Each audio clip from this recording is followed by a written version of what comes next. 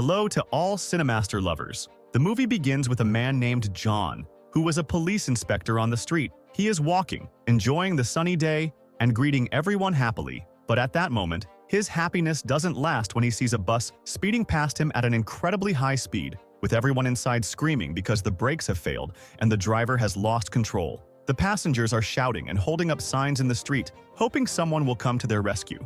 At the same time, another disaster unfolds as a group of children, along with their dog, are crossing the road right in front of the bus. They are just a few steps away from being hit by the bus. But here, John starts running at full speed, faster than the bus, and manages to save all the children, pulling them to the side just before the bus could hit them. He even lifted the dog up, saved it, and safely placed it back on the ground. John also throws a metal grappling hook onto the back of the bus to stop it before it crashes with everyone inside. He successfully manages to stop it, and everyone is amazed by him and thanks him. Then, a woman admirer comes up to him and starts kissing him. But here we see that John is actually asleep and dreaming about what just happened. In reality, it's a dog kissing him, not a beautiful woman. After that, a girl named Penny wakes him up, teasing him by saying, "Are you still dreaming those dreams where you're a superhero, John?" John jokes back with her, and then Penny tells him that at her school, they're talking about what each student's family does for work, and she asks him to let her talk about him and even go with her to the event, even though John wasn't really on board with the idea because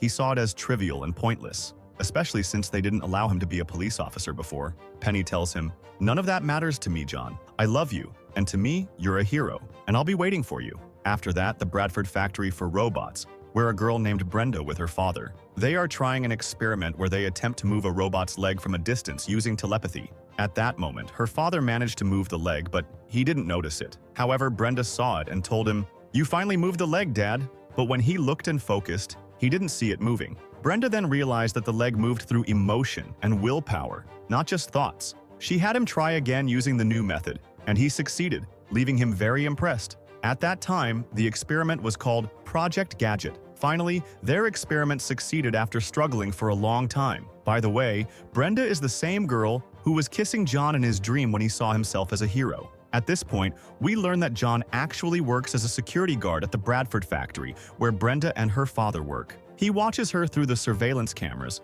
deeply admiring her, and he's also interested in her schedule, keeping track of when she comes in and leaves so he can meet or talk to her. After that, John asks Thelma, his co-worker, "Do I look good, or do I need to fix anything about myself?" She replies, "You look exactly like a weirdo." At that moment, there's another man who seems like he's part of the mafia, watching Brenda on the screens from a car. Afterward, John goes out to meet Brenda. After meeting her, John tells her, "I borrowed a book from your father to read, and it reignited my passion, making me apply to the Riverton Police Department, just as I've always wished and dreamed." At that moment, the mafia man is sitting in his car and says to someone named Sykes, "Brenda has just left the factory. Go ahead and launch the remote-controlled car to enter the factory." Brenda says to John, "The weather is really nice, but I need to go now. I just have to go inside and grab the keys I forgot before I leave." At that moment, John notices a car speeding by very quickly. Then, Thelma contacts him, saying, "There's an intruder inside the factory driving a black car." John immediately thinks of Brenda, who's alone inside the factory, and starts worrying about her. He rushes into the factory. Meanwhile, the intruder manages to enter the factory quickly, steal the robot that Brenda's father created, and even kills Brenda's father before escaping in a hurry. After that, John enters the factory and finds Brenda sitting on the ground, crying beside her dead father. John tells her, "I won't rest until I find out who did this and I'll catch them myself." John quickly gets into his car and starts pursuing the mafia. However, the mafia driver manages to overturn John's car on the road. Despite this, John keeps driving while his car is flipped over, but eventually, he crashes into a pole. After John crashes into the pole, the mafia members keep laughing and mocking him. However, due to John's collision with the pole, a large metal panel falls onto their car, destroying it. John then calls out to them, ordering them to surrender. At that moment, the mafia leader who had been watching Brenda steps out of the car and throws a bomb disguised as a cigarette at John. The bomb explodes in John's car. However, due to the explosion, a large bowling ball is ejected from John's car, flies up into the air, and falls onto the mafia leader's car, crushing his hand. After that, John is taken to the hospital. Penny goes there to check on him, very worried and anxious about John, who is like family to her. She hopes he will be okay and that nothing serious has happened to him. When Penny enters to see John, she finds him in a terrible condition, with no part of his body left unharmed. He has severe tissue damage, 44 broken bones, a serious concussion, and acute internal trauma. Brenda is deeply affected by what happened to John, especially since he had done everything to protect them and to catch those responsible for her father's death. She begs the doctors to try again, but they inform her that they have done everything they can. Then the governor comes to check with Brenda on when she will be able to finish her project, Project Gadget. Brenda assures her that she will try to complete it as soon as possible. When the governor asks who will be the test subject for the project, Brenda replies, "John, who is injured inside. There's no one more suitable than him. My father told me that I would find the right person at the right time, and I can't think of anyone better than John to be the subject of Project Gadget." Then, a large team of doctors gathers and begins working on John to implement their project and prepare him for their concept. They use saws, knives, dangerous tools, drills, and hammers, inserting a variety of metals into his body. It seems like they're treating him more like a machine than a human. Next, the mafia man, Claw, who had killed Brenda's father and stolen the robot's leg. He is now with his driver, Sykes, and his doctor, Kremer. Claw has a mechanical hand, and the doctor is working on assembling weapons for him to use with his enhanced strength, aiming to take control of the entire city. John wakes up in his room after the operation and discovers that his hand is emitting fire, knives, toothbrushes, a comb, a lighter, and everything imaginable. He is unable to control himself. He then moves his leg and is shocked to find a missile launching from it, beginning to destroy everything around him. Terrified and confused about what is happening, he rushes out of the room, hoping to find someone who can explain what's going on. On his way, John sees Brenda and says, "I don't know what's happening to me. There's something strange going on and I can't understand it. I also can't remember anything that happened. Do you know anything about this?"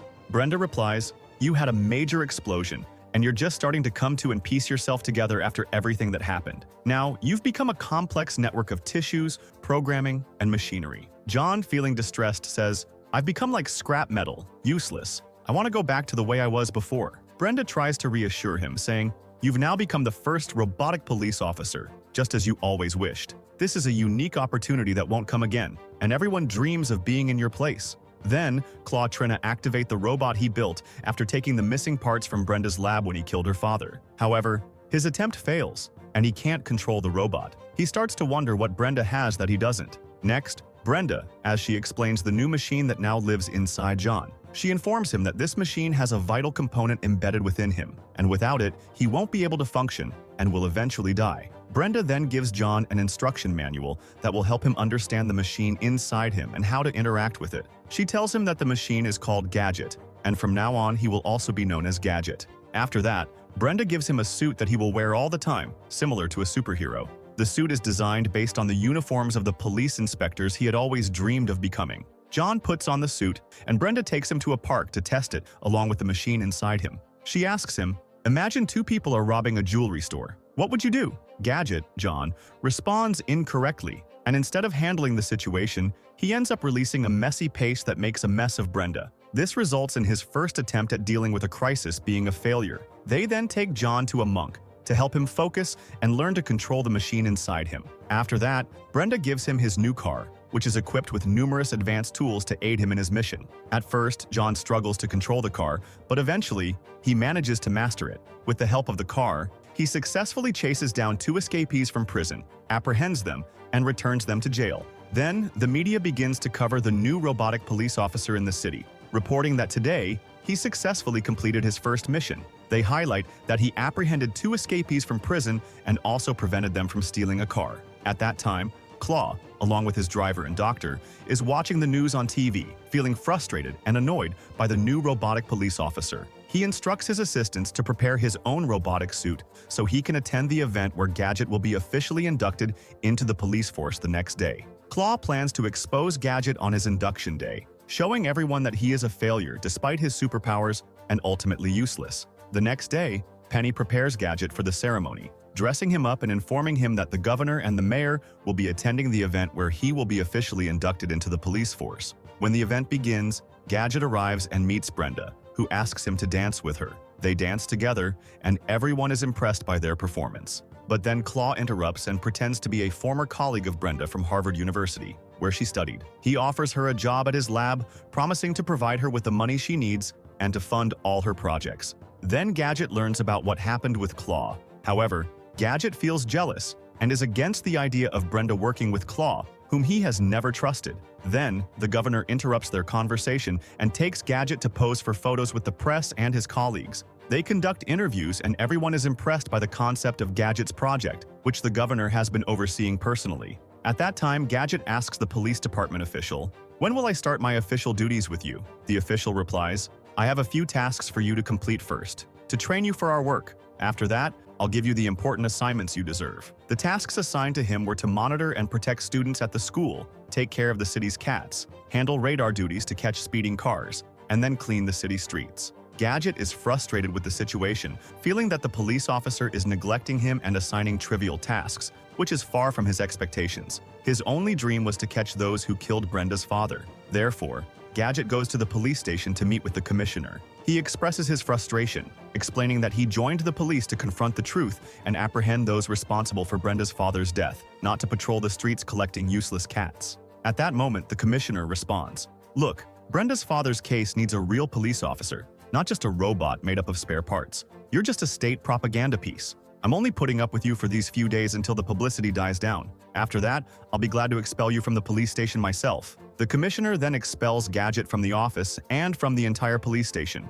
Gadget leaves, feeling enraged and frustrated, believing that he is being mocked and that he is useless. Next, we go to Claw's lab, where he has managed to steal Brenda's research files and create the chip he needs to control the robot he is designing. There, Dr. Creamer informs Claw that he has completed his robot, which resembles Gadget but is designed for destruction. This robot's purpose is to undermine Gadget's project by killing and attacking many people, causing chaos in the city. Afterward, Claw activates the robot using the chip he created from Brenda's stolen research. He communicates with the robot, which is extremely aggressive and indistinguishable from Gadget in appearance. The robot is equipped with numerous destructive weapons and bombs. The police station, where Gadget manages to sneak into the department's files and access the case file on Brenda's father's murder. He hides in the bathroom to conduct his investigation, determined to find the killer and prove to everyone that he is a successful police officer deserving of a real opportunity rather than just handling tasks like cat patrol. At that time, Claw has unleashed his robot, which looks exactly like Gadget and is dressed like him as well. The robot goes out into the street, where a child approaches to get an autograph. However, the robot demands money and then scares the child, who runs away terrified. Then, the robot arrives at the police station and sets fire to the sign with the department's name outside the building. Meanwhile, Gadget manages to find a notation on a coin labeled C inside Brenda's father's investigation file. Then Gadget gets into his car with Penny and starts to ponder the connection between the C symbol and Brenda's father's murder. He wonders what the symbol represents and spends a lot of time thinking to find any clue that might lead him to the killer. Then, they pass a car with the C symbol on it, and Penny points it out. Gadget starts to suspect that the Skullex manufacturing company is responsible for stealing the robot leg and also for killing Brenda's father. Gadget remembers that Brenda started working with Skullex and becomes concerned for her. He quickly drives to her office to check on her and make sure she's safe. The robot created by Claw goes out into the city, destroying cars, setting them on fire, causing other accidents, and even setting an elderly man's beard on fire. People begin to fear it in the streets. Brenda, watching the news, discovers that the robot's actions are being falsely attributed to Gadget. Gadget arrives at Skullex Manufacturing, goes up to Brenda's office, and informs her that Claw is the one who killed her father and stole the robot leg. He warns her to be careful until he can find the robot leg and come back to rescue her. Gadget goes up to the top floor of the building and spots the stolen robot leg in the lab. He tries every way to take it and steal it, but Claw's assistant spots him and triggers the alarm systems. Then Brenda sees a second version of herself, a robot created by Claw, and learns from this robot that Claw made it from the stolen robot leg. Brenda realizes that Claw is her father's killer and that Gadget was telling the truth. After the assistant informs Claw about Gadget being in the lab, Gadget tries to escape quickly, but Claw manages to capture and arrest him. Gadget tells Claw that they have retaliation to settle and that he won't let him go, especially after Claw had previously blown him up in the car, leading to his transformation into a machine. At that moment, Claw reveals his protective shield and plans to sabotage all of Gadget's systems. But before that, Claw shows Gadget the robot that resembles him and explains that it is destroying everyone and causing chaos. Claw reveals that by making people hate Gadget, he will become useless and irrelevant. When Gadget asks Claw why he is doing this, Claw replies, "I want to be the only one who creates and develops robots. I want the whole world to use my robots. Then I will build a large army of them and take control of the entire city. There will be no one else controlling the world but me." After that, Claw disconnects and destroys Gadget's control chip, ordering his assistant to throw Gadget into the scrapyard. Claw then instructs his robot, which resembles Gadget, to become even more aggressive and kill everyone. Then Claw's robot, which resembles Gadget, heads to the police station. There it fights the police, destroys the entire building and their vehicles, and attacks the head of the department. Then, the robot turns the entire city into widespread destruction. Every place in the city is burned, and the robot starts chasing everyone. People are terrified and fleeing. Then, Brenda and Penny manage to find Gadget in the scrapyard. Brenda discovers that the operating chip is missing. However, Penny tells Brenda that her uncle has a heart and will be able to function without the chip. After Brenda kisses Gadget, he wakes up again. He gets into his car and speeds off to catch the robot that's destroying the city before it kills everyone. Gadget starts chasing the car with Claw and his robot inside. The robot throws him out of the car, but Gadget holds on tightly. He then extends his legs and starts running with them, managing to catch up with their car. The robot gets out of the car and starts a fierce battle with Gadget on the road. Meanwhile, Brenda chases Claw's car and manages to catch him, but he captures her. Gadget manages to defeat the robot that resembled him. He then rushes to the rooftop to rescue Brenda from Claw. Using an umbrella, he descends and saves her. Afterward, the car captures Claw and imprisons him in its jail. Then the police arrive and find out that Claw created a copy of Gadget to turn the city against him. They also learn about all the disasters Claw caused and arrest him. Gadget confesses his love to Brenda, and they live together for the rest of their lives. The movie ends.